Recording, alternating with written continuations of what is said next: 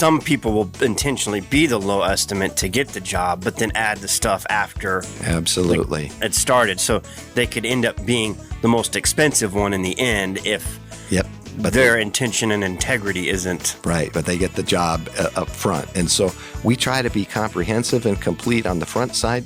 That does create a little bit more of a delay because we have to go through all the steps. But at that point, when we're ready to go, then there's fewer items that are unresolved that we don't have to delay the process later.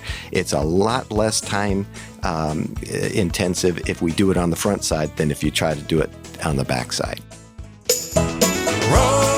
Rosie on the house, every Arizona homeowner's best friend.